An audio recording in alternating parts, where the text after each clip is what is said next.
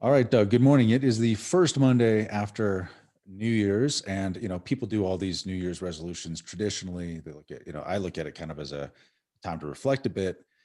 Um, I think you're not really big into New Year's resolutions, though, and I wanted to talk to you about kind of about productivity, about how you handle these sorts of things, New Year's resolutions and goals, how you think about it, just so maybe you can share that with everyone else. What do you have Year's resolutions this year? Start there.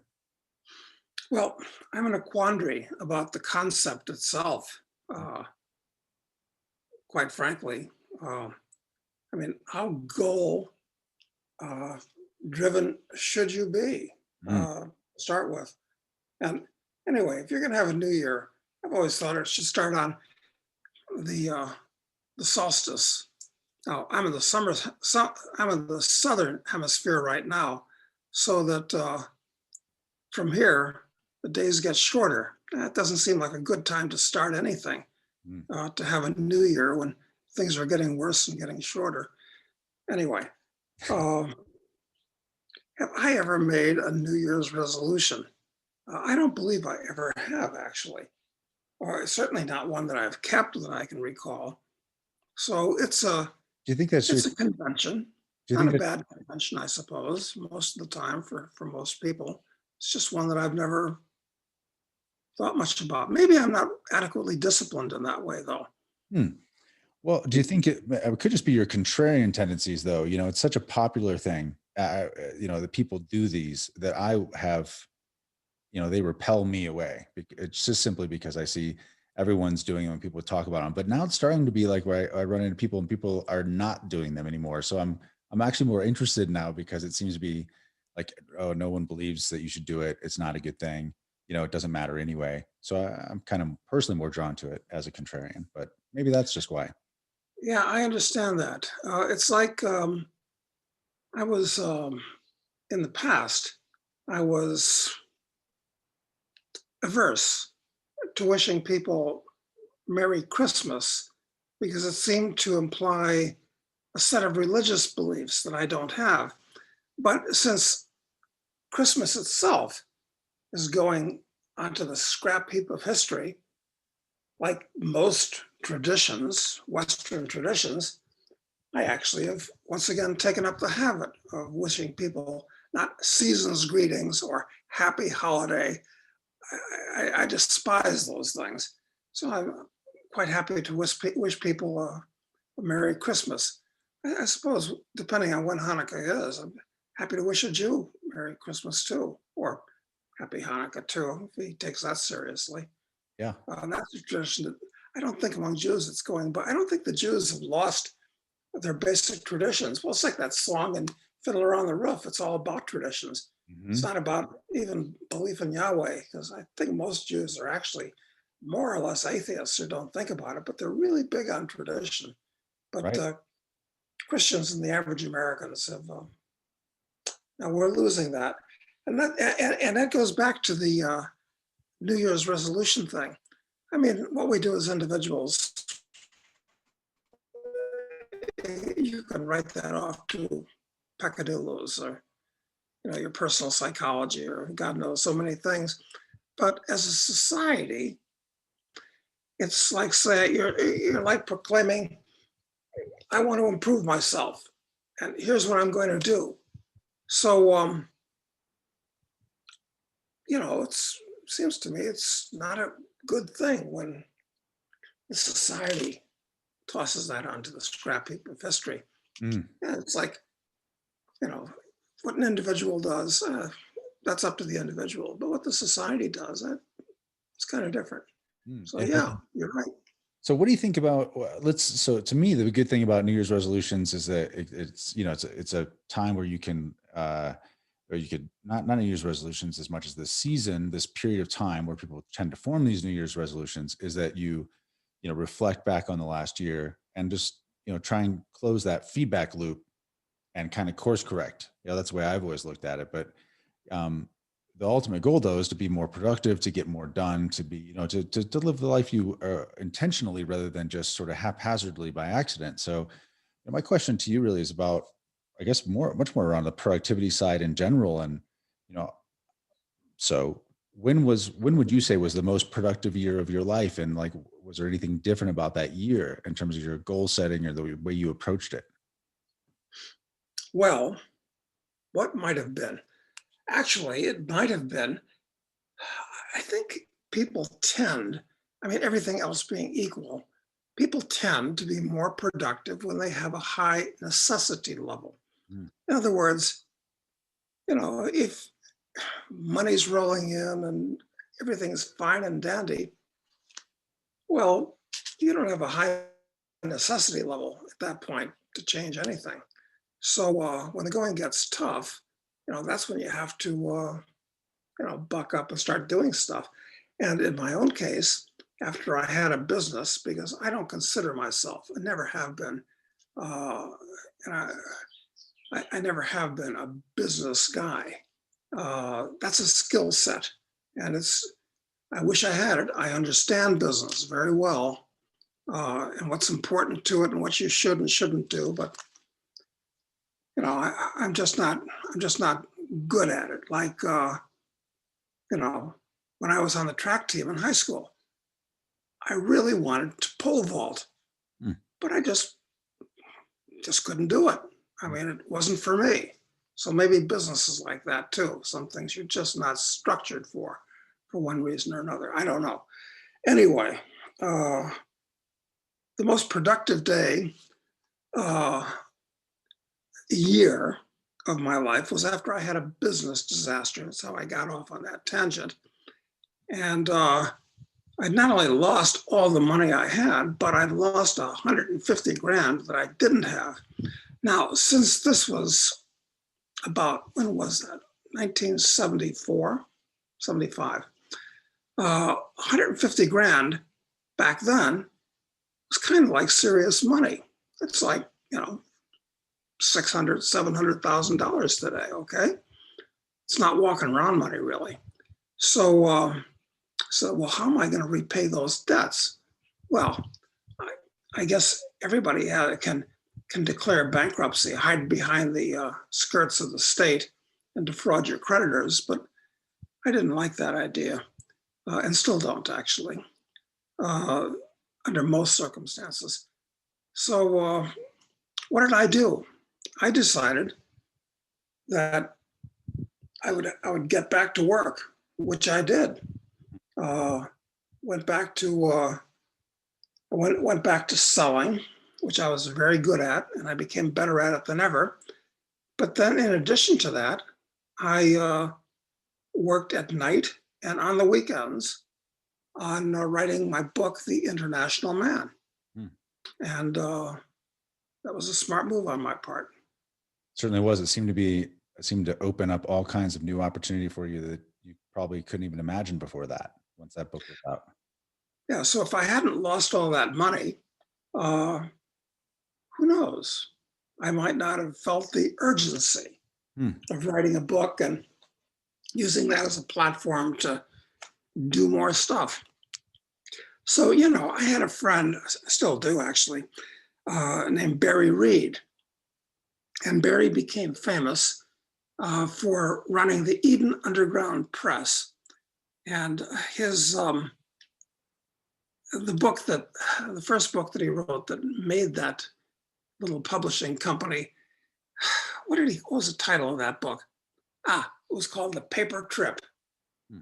It was a very famous book in its day. And directly and indirectly, it got Barry 3 years in federal prison. Oh, wow. But it was a book on how to get a second or third or unlimited number of identities, different identities, how to get a numerous extra birth certificates and passports and driver's license, whatever you'd like. And of course, in those days, when Barry wrote that book, it was quite possible. I mean, those were the days when I traveled a number of places on my World Service Authority passport, which was a completely, made up passport look-alike. And you could do stuff like that then. Now, you can't do any of that stuff. So anyway, I thought that not to emulate Barry in all ways, like doing time in in the can. But I thought that book was good for him. I mean, before things blew up. And I thought, well, I'm qualified to write a book or could be qualified. So I did that. And that worked out well. And then I did crisis investing, which, because I still had a high necessity level. And, since then I've gotten, fatter and lazier, sad to say. Is there, do you know people though who aren't limited by their necessity level? Like I can think of a couple that we know together that don't seem to stop pushing, even though, for better or worse, they don't stop pushing. It's not necessity driven. What makes them different, do you think? Yeah, that's a good question. I think of like Well, just Friedland, for instance. good example. Good example. He just can't get off. He can't get off the treadmill. Uh, so perhaps beyond a certain point, it becomes a bit of a pathology. I'm not exactly sure. I mean, for instance, uh, should you get off the treadmill at some magic age like 65 or whatever it is? Well, I don't think so. But look, I don't have to do anything I don't want to do at this point. So I guess I do what I want. I do things that I do that I often get paid for, not always, uh, simply because I want to. You want to feel productive. If you don't produce anything, then it makes you feel worthless. I mean, frankly, being a non-productive individual, I mean, it doesn't even sound good, and it's not good psychologically or any other way. So, yeah, I think you ought to keep producing. Perhaps you don't have to produce as much. You don't have to turn into a Staccanovite, who was the model for Boxer the horse in George Orwell's Animal Farm. Yep. You don't have to quite go that far. But yeah, you should remain productive. What do you think? But what do you? So, I do think. Well, I wonder if we know some people that seem endlessly ambitious.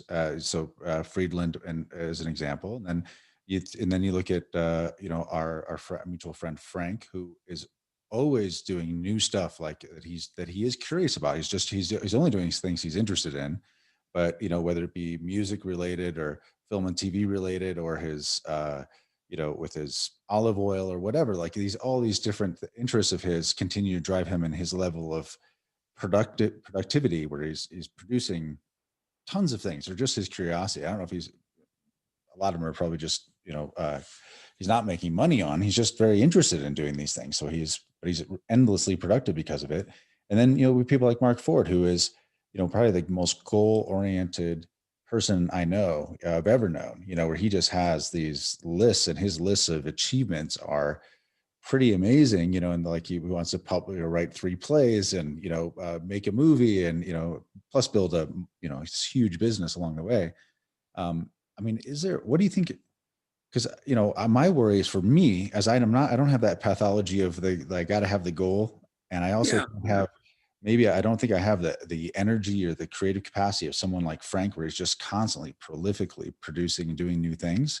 And I definitely don't care about being as rich or as powerful as maybe someone like Friedland does. But I also know that if I don't, the second law of thermodynamics, like if I don't hold myself to some standards of some kind, which could come in New Year's resolutions or goals of some kind, that, I will just get worse and worse every year. So how do you think people, what are what are the options there? yeah, right. Well, I've often said there are many paths up the mountain, and I do believe that. Personally, I've never been a planner either. Um,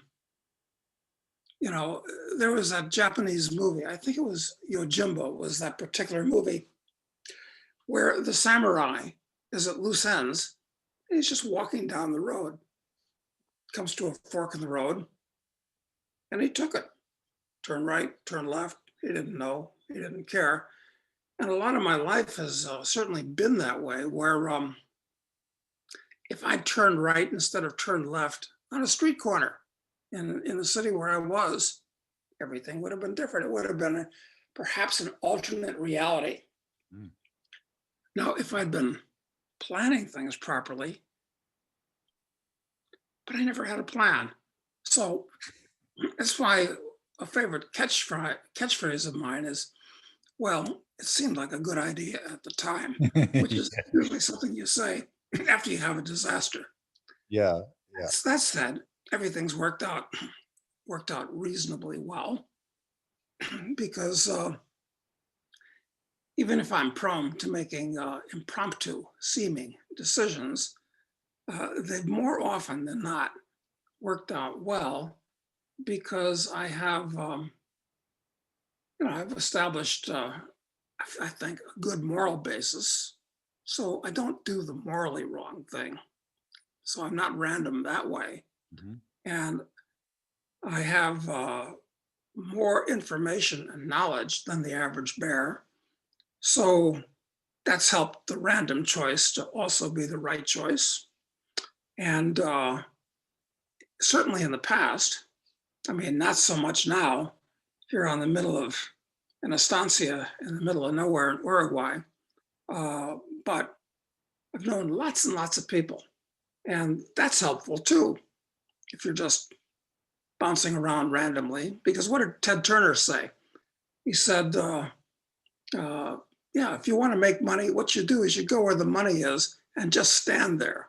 mm, And, and he's right. I mean, you got all these particles that'll bounce off of you, and some of them will stick or lead you to other opportunities. But if you stand out in the middle of a 500-acre cornfield, not too many particles and opportunities are going to punch into you, break into you. So I think those are the three factors in my life, although I haven't really planned on too much. I mean, from an early age, I wanted to travel. That was a distant goal. And I did that. I wanted to have money because money allows you to do things. It gives you personal freedom. Okay. So, but I don't like to overdo anything. For instance, there are people that are maniacal travelers that want to go to every single country in the world. Well, what's the point? Uh, those are you the know, they wanna check the box. They wanna I want to have check the done. box. I'm not a box checker. Yeah, When I get what I want out of something, I'll stop doing it. It's like you said the other day when you're reading a book and the book is not worthy. You don't have to check the box for reading the book. Just put it down and do something that's better. yeah, you just said though, if you get what you want though, then you just you don't need to check the box. But I think the thing is maybe goals and New Year's resolutions are really about defining what you want. I mean, it's not it's not losing 10 pounds or something like that necessarily, but it's maybe more broadly. And I think that we've talked about the idea that people don't know who they are anymore, or like we've lost our identity as a country. And I think a lot of individuals have too. Like we're kind of seem like we're Pavlovian moving around the world, trying to avoid discomfort and gain comfort more than really being led by some ideal or something, or even knowing what we actually want. And so I mean, how do you go about, I mean, have you seen that? Do you think that people don't know what they want? And then have you always known what you wanted? I mean, or did you have to sit down and define these things and imagine what's possible? Hmm. Yeah. Never have given that actually much thought. And that would be worthwhile thinking about, I guess. I'm not sure many people give that much thought. I mean, driven individuals. I mean, a person that's driven tends to be kind of uniphase, kind of nothing else really matters other than the objective if they're really driven. I think that's a mistake. I think I so. mean, to me, it's probably a sign of some type of a psychopathology if you're really that driven. I mean, look, you want to have as much experience as you can get. You want to have as much money as you can get. More is better, certainly up to a certain point. But what is that point? Uh, they're actually you actually can quantify these things and you can put numbers on them. How much money is enough? Well, you can say, well, when I can live on the interest of my off the interest. Well, yeah, you can't do that Difficult today. anymore. Interest rate. Well, one of the corrupting ways that the government has put into things into society. But I don't know. Look, moderation in all things. I mean, I really believe in the golden mean, which Aristotle talked a lot about, and now we're talking the 4th century BC. Mm. So But I don't know. but I you, don't know what we should listen.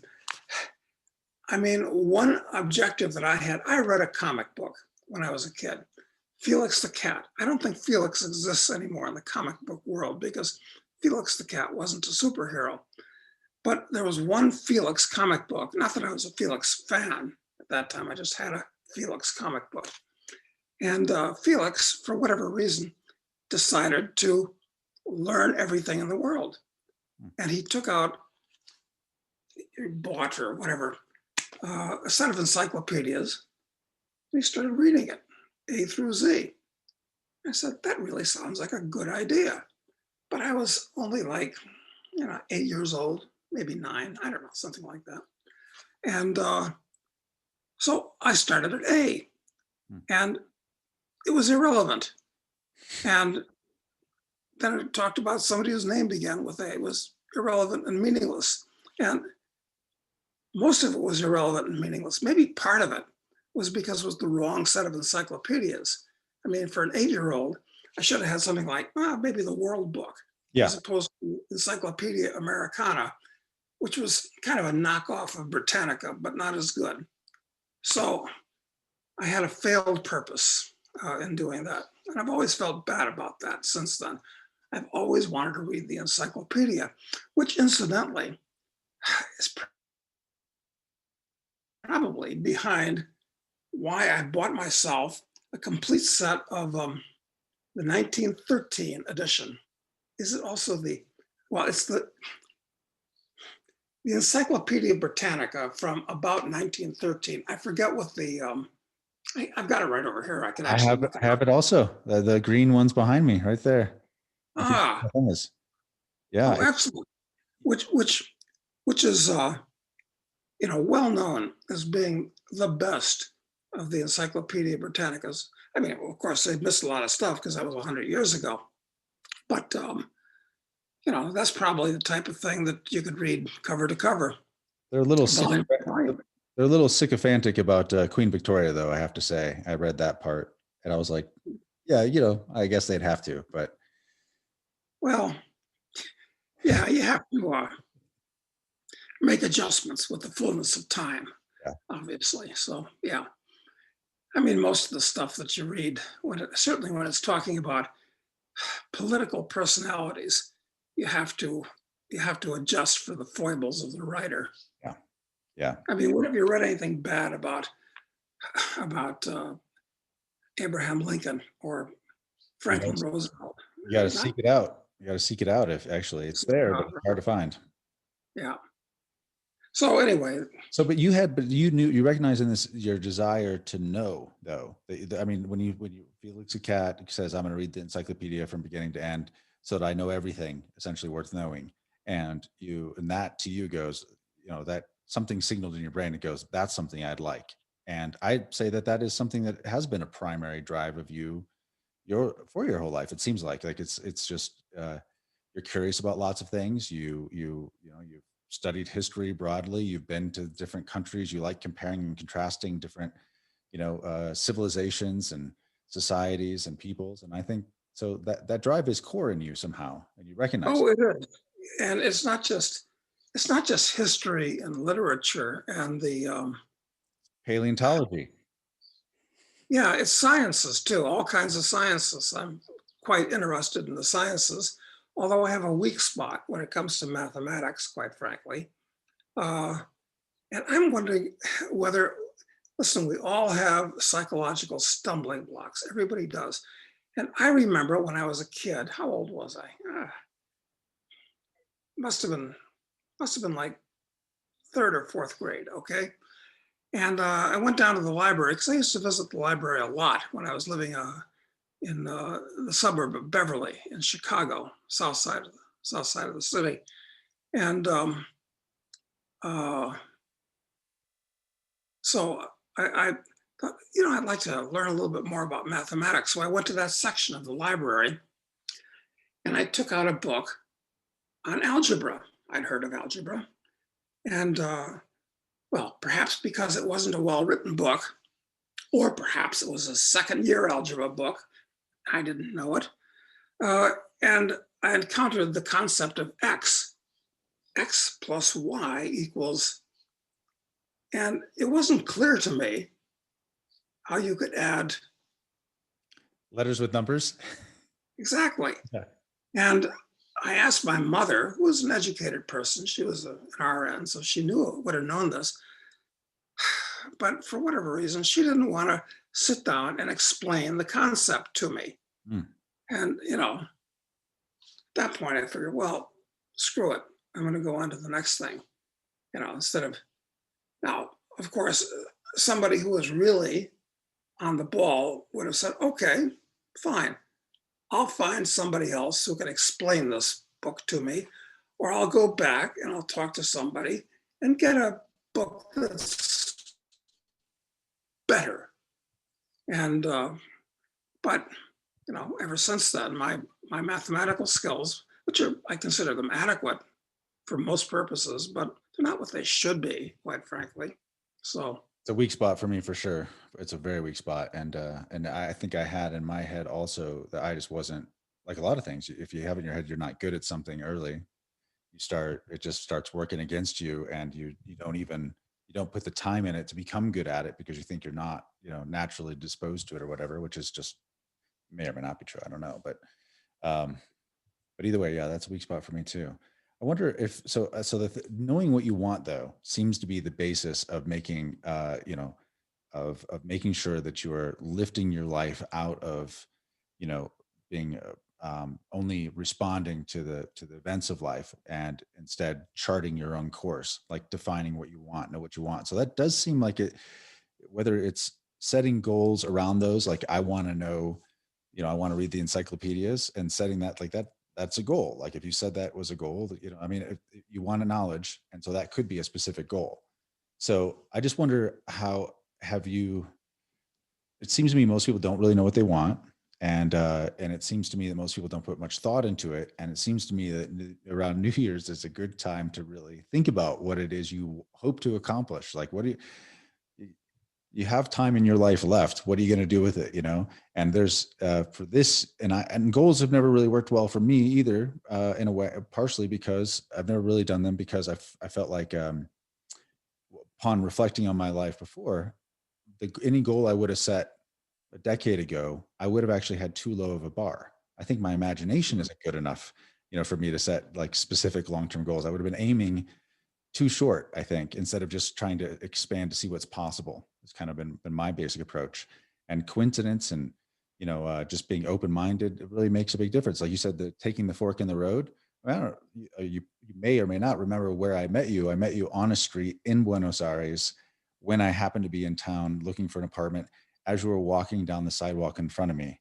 And, that I knew about you. I was reading your stuff for years before that, of course, but it's like that. Those coincidence of encounters are really critical, I think, to how life unfolds. So you got to be open-minded, not too goal oriented, I think. yeah, well, and is anything really an accident too?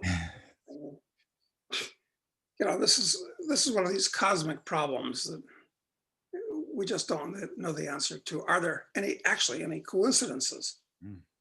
Maybe there are no accidents. Who knows? I mean, now we get into whether or not we're not just living in the matrix, and this is all just, an artificial construction and so forth. And it's turtles all the way down. I mean, it's a mystery to me. Somebody pointed out to me earlier today that if you live to be 90, that's only about, well, more or less 35,000 days. Hmm. And 35,000, it's not that big a number. So life is actually pretty short. And then after you die, what happens? And then, of course, I thought about the fact, well, as best as we can determine, the universe itself is only 13.5 billion years old. Okay. And that seems like a long time. But then the other thing is the universe itself is just a baby Mhm. because it's going to live for trillions and trillions. This is a subject of speculation by cosmologists, but the universe itself is going to live trillions and trillions, maybe scores, maybe hundreds of trillions, Mm. uh, maybe millions of trillions of years more. So the universe itself is just a baby at this point. So, listen, this gets back to the question of making a New Year's resolution, believe it or not. When you think of these big things in cosmic terms, then perhaps you're as well advised to just sit in a lotus seat all day and meditate. It's quite I possible. mean, really, Yeah. as Well, long as you, well, of course, you have to feed yourself, you have to be so forth. But, in that context, I mean, making New Year's resolutions is, a portion of, it shows a certain view on the meaning of life, if any. it does. That's true. But I guess I've been trying to think about it as that it's a way to counteract this. It's the new energy you can add into your life to keep the second law of thermodynamics from taking as big of a toll. So it's introducing new energy into the system by not necessarily have to have specific resolutions, but by lifting yourself out of the normalcy. Just like we were talking about sound body, sound mind the other day. When there are a lot of things we don't we because we like comfort. We stop doing. We stop taking care of ourselves, and the don't want to jump in the cold pool kind of a thing. So it seems to me like it is new energy in the system that raises the bar on things a little bit. It is. And I wonder, it would be interesting to figure this out, what resolutions people make and how they break down. Because as we've talked about in the past, the three most important verbs in any language are be, do, and have. And I guess when you're a kid or when you're really immature, you think in terms about have. Want to have a car, want to have a girlfriend, want to have all these things. Rather foolish. Uh, you're better off thinking about what do I want to be? Meaning, how am I going to form my personality, form my intellect, form my body? Although the body is just something you have, actually, Mm. it's not you, I don't think. No. Uh, But even and focusing on doing with regard to the body versus having, seems to work better, right? yeah, it does. It's interesting to play with those three verbs and how they relate to each other. But in order to be something, you actually have to do something. And in order to do something, it's helpful to have something. So it's a bit of a virtuous circle between these three things. But I think a lot of people tend to emphasize the wrong things, and the wrong thing is definitely have, and do is kind of, well, it's a transition thing. Can't be. Be is definitely where you want to be. So if you were going to set New Year's resolutions, they would be around the framework of being, like defining what you want to be, or which could be, uh, a competent at a certain skill, right? Could it be something like that? Is that what you mean? Or Yeah, like, that would be more like it. What do I want to transform myself into over the coming year? hmm. Could you give me an example of one? Like if there's, something, I'm not saying something you're choosing for this year or anything, but what's an example of something one could want to transition themselves into being over the next year? Hmm. Well, be. Hmm. Well, it's a question of really what's important or not. because just the other day we were talking about, you know, my hesitation in jumping into the pool, which was really stupid because it's summer here now. It's not a cold pool. It's just a short initial shock. Well, that's due. So I did that. Okay. Uh, but what do I want to be at this point? Do I want to be anything else? Which you, I mean, well, you didn't want to not be a person whose mind controls the body, right? I mean, you didn't want to, you know what I mean? You didn't want to be a person who, whose body controls the mind. yes, yeah. So you didn't want to, where you're just avoiding the discomfort. So you're just gonna, you know, avoid the initial splash into the pool, right? Yeah. So maybe sometimes for me, definitely knowing what I don't want is often a lot easier than identifying what I do want. Certainly. Well, I'm, this is one of the nice things about having conversations with the man in the street, uh, ideally about these things, uh, to see what's going on in other people's minds. Because increasingly, we all live in our own silos, and I don't know what's going on in other people's minds. And I'd like to sit down and talk to them about these things. I've got to go out to more dinner parties and things like that, where I can have an intelligent conversation that lasts more than a couple of minutes, which is pretty meaningless. That's still weather and the state of the roads the first couple of minutes of talking to anybody. Yeah, well, the meaning of life. But I guess I could end it up by saying that was one of the funniest movies I ever saw, that Monty Python movie, The Meaning of Life. It's a great It movie. really was hilarious. It really is. Yeah. Yeah. I'm not sure the humor stands the test of time, very well. Like British humor is weird anyway. You have to you kind of have to wade into it slowly to really kind of fully appreciate it. But it'd be interesting I'll to see have to watch it again because the first time I saw that movie was in Johannesburg, South Africa, when it came out. And I was staying at the hell's the name of that hotel? It used to be the best hotel in Joburg, but now I think it's just a wreck. Uh, so I walked across the street to the movie theater, which was just across the street from the hotel, to see The Meaning of Life, which was just out. And I was the only white face in the theater.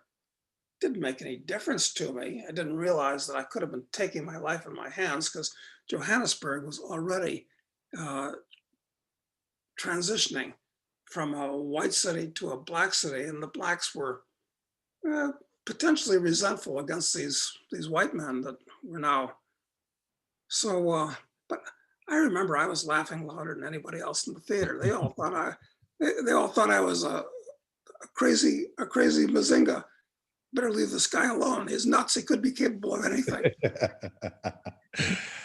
Yeah, I guess if nothing else, if you're in a bad situation, act crazy. It's a good defense mechanism. Yeah, that's good. I'm actually going to go back and watch that too. So I want to watch it again too, see if it's as funny as I thought it was then. it's is there any okay, so I do believe I believe that this year one of the I was restrained in trying to think of my goals for the year, my plan for the year, because the world is all chaotic, because everything is so what can you even do? I might plan trips, I might plan a lot of different things that I can't do this year. So I think, but I think that makes it even more important again to make sure that you're adding energy into the system to keep the second law from really dragging us down too much. We got to just raising the bar internally, I think, to some degree. And so I've been working on some goals, and I thought, or at least some things I'd like to accomplish. And I think I don't know, it's a contrarian thing to do right now. It seems to me, just to try and have some Well, secrets. yeah, being limited on what you can do space-wise, geographically, travel-wise, whatever, uh, even as much as going down to the store sometimes. Uh, so it's still a good time to do things improve your being, actually. Yeah, exactly. Okay. That's right. I mean, you might as well take advantage of it. That's what Charles Knight did when he spent 18 months in the federal can. Oh, Exactly. and Do you think Charles time to Knight plug, had, time to plug it back again. But anyway, does Charles Knight have goals? Is he a goal-oriented person? hmm, uh, actually, he's not. Hmm. I mean, he didn't go to Africa to make a huge amount of money. He just went to Africa because he hadn't been there and he wanted to find out something about the stock he owned. And all the rest of it was something that just happened. So, And after he finished that adventure, when he sailed around the world, well, he had a plan for sailing for 7 years, but no particular plan. And then when he got into the drug lord business, no particular plan. It's just seeing an opportunity and taking advantage of it. And he's becoming a little bit more directed when he became an assassin because he realized that, you know, unlike the first two books, something needed to be done. Some people just needed killing. hmm, So he's becoming I think he's becoming more directed, quite frankly. hmm, And by the time he gets to the seventh novel, he's going to be very focused. hmm. But just in case viewers don't know, Charles Knight is the hero of a set of novels that Doug is writing. He's through the third one so far, which is Assassin. They'll have a link to that. You should definitely buy it and check it out. The other two, the first two are very good also, but you don't have to read the first two to read the third one. I mean, it's explained enough in detail about the backstory as you're going through it that you could start just with the third one. But ultimately, I definitely encourage you to go back and read all of them. And anyway, like Charles Knight is like it's because he's a very accomplished. He's very worldly and knowledgeable. He's a concert pianist. He has all these talents, and it seems like how do you acquire those talents without some sort of goal direction? It seems to me there's something there, at least that's driving them, and maybe it's not like checking things off a list, but there's certainly there's achievement oriented in some degree, don't you think? Yeah, or perhaps it's just pursuing interest. Mm, So if you have narrow interests, you're going to wind up with narrow abilities. If you have a broad ranging set of interests, you tend to wind up with more abilities. right. So I think it's important to cultivate interests. I mean, a lot of people just genuinely aren't interested in very much, frankly. And Doesn't those, seem that way. In fact, they admit that they're not interested in very much. and those people tend to be very uninteresting. That's right. In order to be interesting, you have to be interested. Exactly. It's true. So if nothing else, that could be a goal for people, or a New Year's resolution for people, is to it's a be, right? So be interested. And there's lots of all be interested in something, find things to be interested, and that will make you an interesting person. And no doubt about it. Yeah, you can't make a resolution to be interesting. Right. But you can be interested. That's a resolution you can't accomplish. Right. So you have to do things that being interesting is a consequence of other things, not an objective in itself. Exactly. Exactly. Okay. All right. Well, I think we'll leave it at that for now then, Doug, with New Year's resolutions. And I got a lot out of that. I didn't know, for instance, that you had trouble understanding how X and Y and one go together and in algebra when you were a kid. Well, in my defense, You're I was proud only of that. about 9 years old, but that didn't stop, famous mathematicians, obviously. So it's not much of a defense. Very curious though about learning everything, and that's definitely been a drive in your life. It's quite obvious. So, well, thanks, Doug. I appreciate it, and we'll talk to you tomorrow. Okay, thank you, Matt.